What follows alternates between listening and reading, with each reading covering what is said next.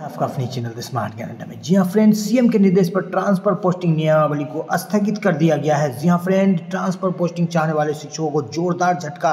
शिक्षकों का होगा आवासीय कंप्यूटर प्रशिक्षण पत्र जारी कर दिया गया है। विशिष्ट शिक्षकों को मिलेगा वेतन संरक्षण का लाभ, पत्र जारी किया गया। 31 मार्च के बाद नहीं होंगे आउटसोर्सिंग के कोई भी कर्मी। 3 साल से जमे एमडीएम साधन सेवियों का ट्रांसफर कर दिया गया है। 1 अप्रैल से नए विद्यालय में योगदान करेंगे प्रधान शिक्षक। 9 मार्च को टीआरई थी और 18 मार्च को एचएम को मिलेगा नियुक्ति पत्र। विभिन्न शिक्षकों के ईपीएफ में एक रुकता क्यों नहीं, इसको लेकर के जानेंगे। तो चलेंगे अगले स्लाइड पर और देखेंगे क्या कुछ खबरें निकल करके आ रही है। जी हाँ फ्रेंड, कई स्लाइडों का आज का ये जमावड़ा है और ये जमावड़ा यानी ये समाचारों का जो संग्रह है आपके लिए काफी महत्वपूर्ण है। इसको स्किप नहीं करेंगे, प्रारंभ से लेकर अंत तक देखेंगे, क्योंकि एक एक न्यूज आपके लिए बिल्कुल आपकी दशा और दिशा को तय करेगी, आपके लिए बिल्कुल महत्वपूर्ण होगी, मील का पत्थर साबित होगी। तो सबसे पहले ले लेते हैं क्षेत्राधीन सभी मध्य विद्यालयों के एक एक कंप्यूटर शिक्षक नामित करते हुए उनकी सूची प्रपत्र में भेजने के संबंध में। तो यहाँ पर प्रधान शिक्षक जो है नामित करके जो है SCERT को भेजेंगे, राज्य शोध एवं प्रशिक्षण संस्थान को, और एक एक शिक्षक की ट्रेनिंग होगी और ये आवासीय ट्रेनिंग होगी और ये 6 to 8 के शिक्षकों की ट्रेनिंग होगी। जी हाँ फ्रेंड, यहाँ पर देख पा रहे उक्त हेतु अपने क्षेत्राधीन सभी वर्ग 6 से 8 संचालित विद्यालय के एक शिक्षक को कंप्यूटर शिक्षक के रूप में नामित करते हुए हार्ड कॉपी में विहित प्रबंध में एक सॉफ्ट कॉपी गूगल फॉर्म के माध्यम से, जिसका लिंक एवं QR कोड निम्नवत है, दोनों के रूप में 7 दिनों के अंदर अचूक रूप से भेजना प्रारंभ निश्चित करेंगे। तो ये तो 13 तारीख का पत्र है, 13 फरवरी, तो 13/7/20, यानी कि अब तो अंतिम डेट निकल करके जा रहा है। 20 तारीख तक भेजना है, ये बैक डेट का पत्र निकाला गया है। तो अब जो है शिक्षकों को ये भेज देना है, प्रधान शिक्षकों को, और एक एक शिक्षकों को कंप्यूटर की ट्रेनिंग दी जाएगी।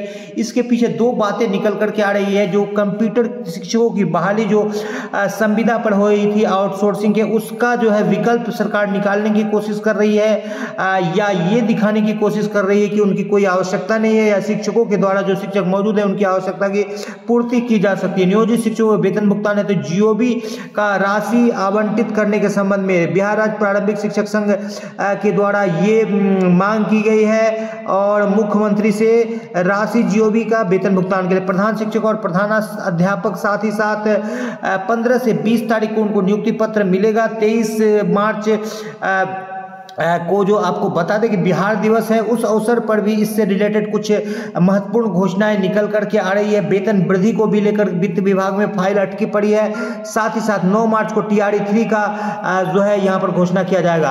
अभी आप जाएंगे नहीं, क्योंकि अभी कई सारे महत्वपूर्ण अपडेट्स जो है बाकी है और कई सारे स्लाइड्स आपको बाकी है। जी हाँ फ्रेंड, लिए चलते हैं ये 28 स्लाइड्स के दुनिया में, जहाँ पर आपको कई महत्वपूर्ण हलचलों से रूबरू कराएंगे। जी हाँ फ्रेंड, सबसे पहले देख लेते हैं शिक्षक ट्रांसफर नीति को स्थगित करने की खबर निकल करके आ रही है और नए सिरे से ट्रांसफर पोस्टिंग नीति को लाने की बात की जा रही है। मुख्यमंत्री के निर्देश पर फैसला।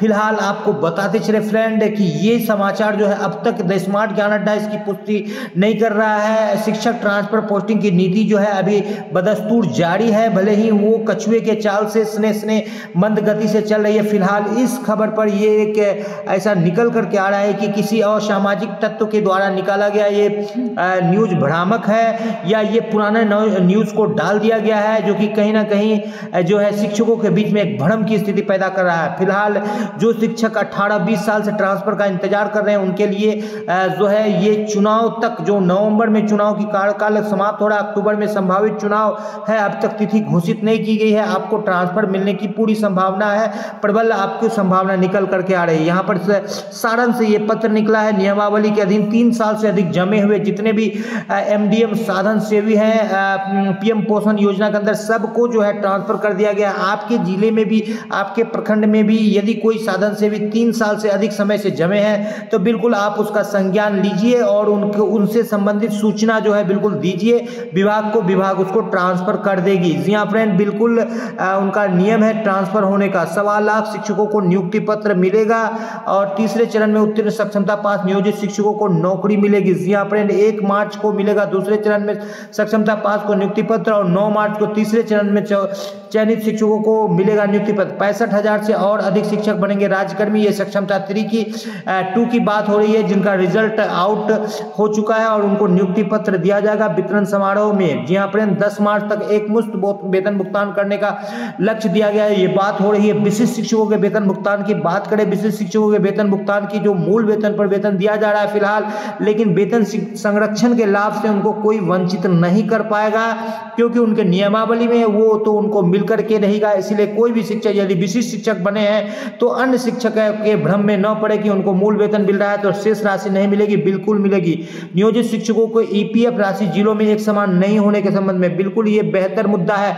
कहीं पर 1,74,000 तो कहीं पर 1,87,000 होना चाहिए, लेकिन 1,87,000 किसी भी शिक्षक का कटा हुआ नहीं दिखाई पड़ रहा है।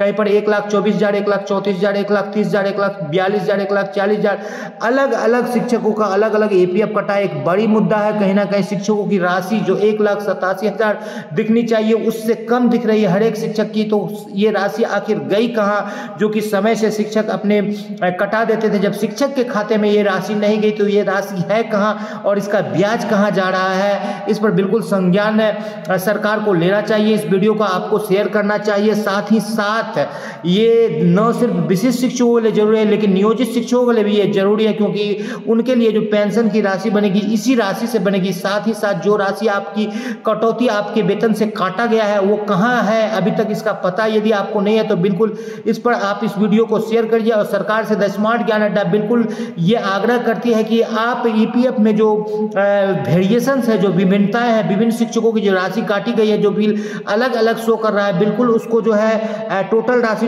2.5 लाख से प्लस जाएगी और जो दिखाई पड़ेगा वो 1,87,000 मिनिमम वो दिखना है और उसे हर शिक्षक को दीजिए। चूंकि इस राशि पर ब्याज भी मिलना है तो ब्याज दीजिए, अन्यथा की स्थिति में जो भी दिक्कतें होंगी तो उनको 18% ब्याज के साथ भुगतान करना चाहिए सरकार को। और जो भी कर्मी इसमें संलिप्त है इस अल्प वेतनभोगी शिक्षकों के ईपीएफ राशि कटौती से, उन पर कड़ी से कड़ी कार्रवाई भी होनी चाहिए।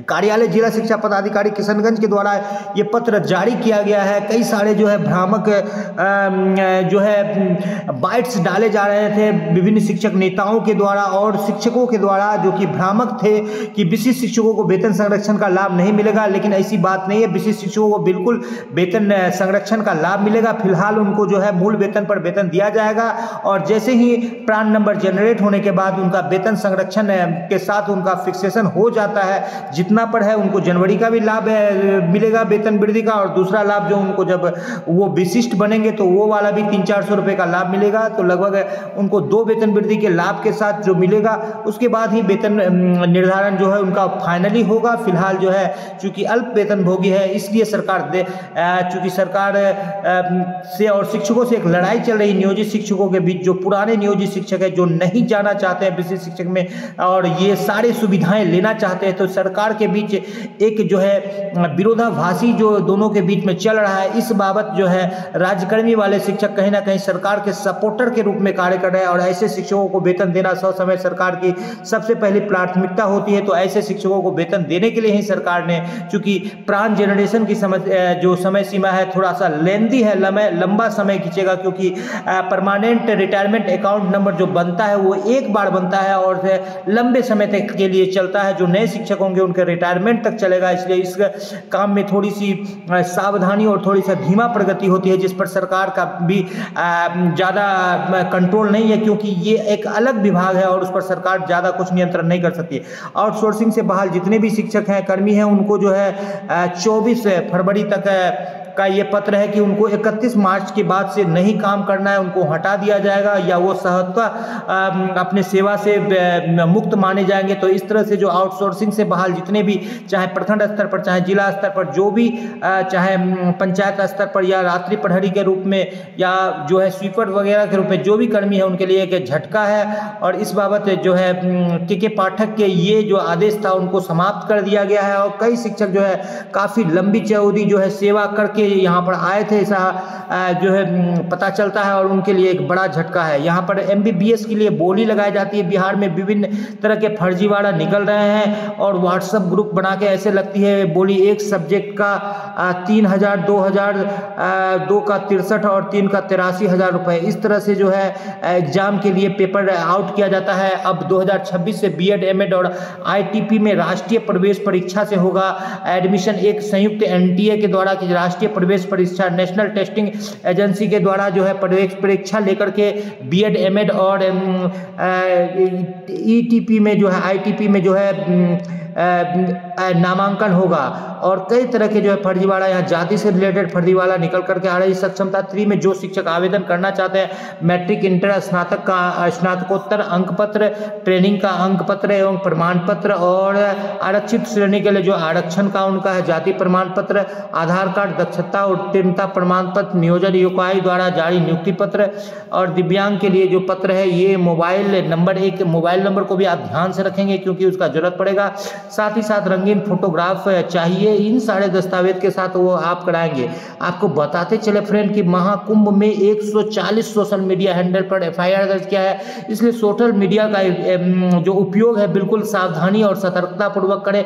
गलत न्यूज़ों को यदि आप प्रेषित करते हैं तो कहीं ना कहीं आप भी किसी पचड़े में फंस सकते हैं। इसलिए सोशल मीडिया का सोच समझ कर यूज़ करें। काफ़ी ज़्यादा आजकल सोशल मीडिया का यूज़ देखा जा रहा है, लेकिन बहुत सारे जो है भ्रामक और तथ्यहीन जो है न्यूज निकल करके आ रहे हैं, जिसका कि खामियाजा भी अब भुगतना पड़ रहा है। जैसा कि आप देख रहे हैं 140 सोशल मीडिया हैंडल पर FIR दर्ज किया गया है। ये बड़ी बात निकल करके आ रही है।